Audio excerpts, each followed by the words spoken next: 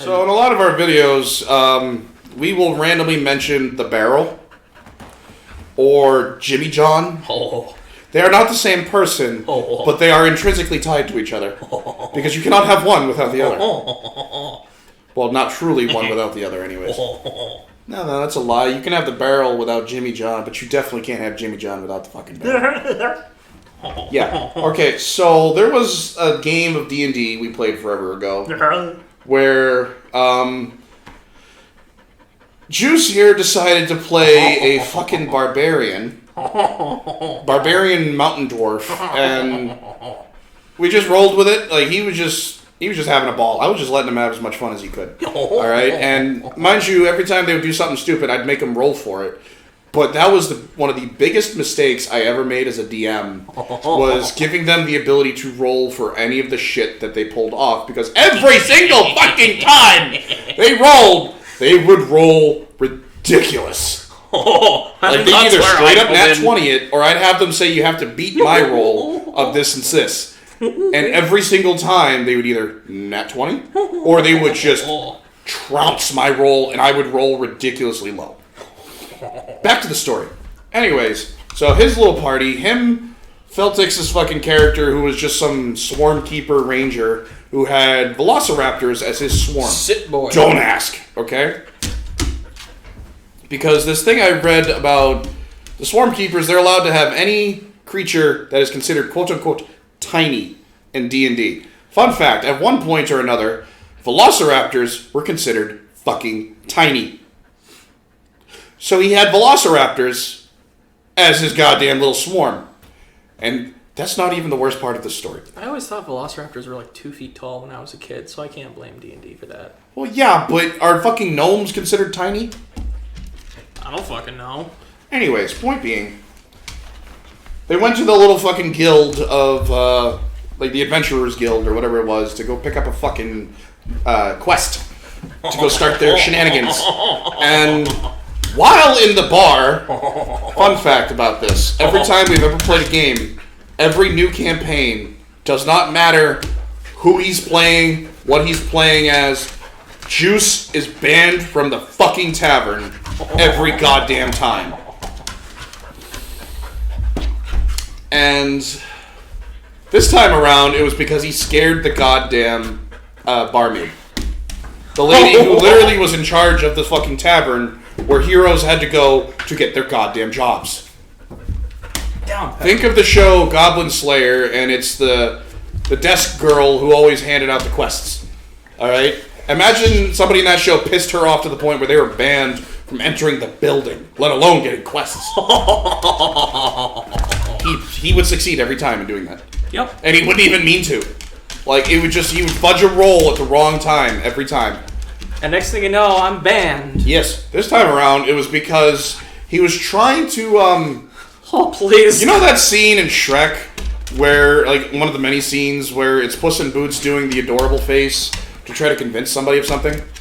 Yeah. Imagine the scene where he swapped bodies with Donkey and he was trying to do the adorable face to the guards and like, just kill it. Yeah. That was effectively what happened when he was trying to get a discount on a fucking empty whiskey barrel. So, here's your quest for today. You gotta go out and do this. Can I please have a discount on that barrel right there?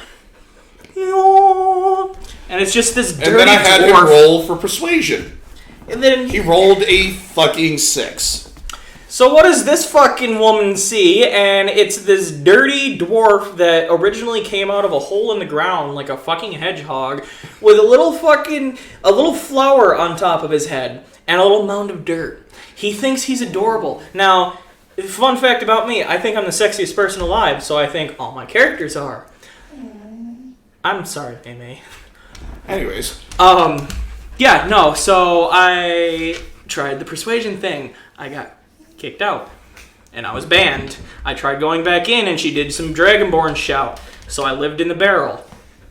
That's where this legend begins. No, he wanted the barrel to use as armor originally. Yep. That was what you did. And that just became your mobile home. Mm-hmm. Because nobody knows or wants to know what's going on inside that fucking barrel. And he just simply became known as the barrel. Now, that story in and of itself may make you wonder, okay, what the hell does that have to do and why is that such an iconic thing? No, ladies and gentlemen, that is the beginning. Alright, that is the start of the story. And his first act of pure chaos of what the fuck is wrong with you had come in their first mission, where they were sent after. There's a couple of bandits out on the road that keep robbing people. Go thin out their numbers or find their hideout.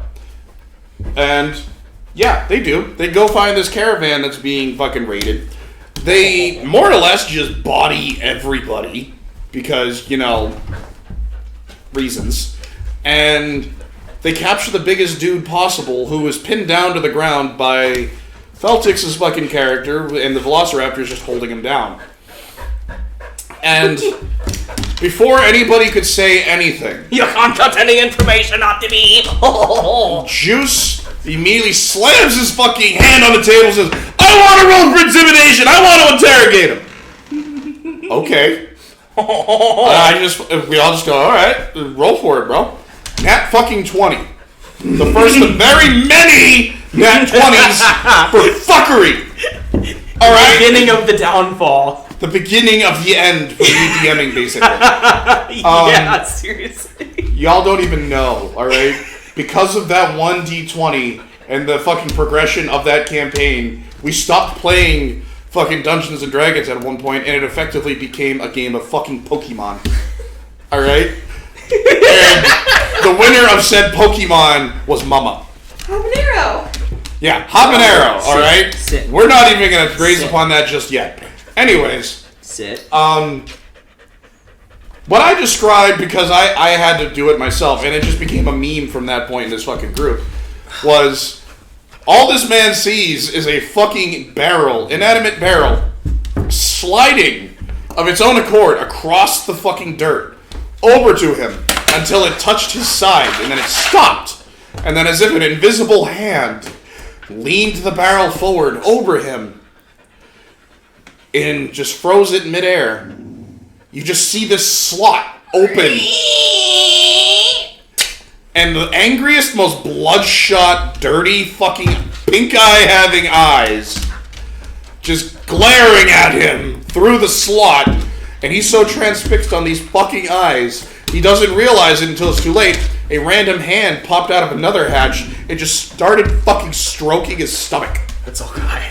Alright? And of course, naturally, this fucking bandit captain reacted with,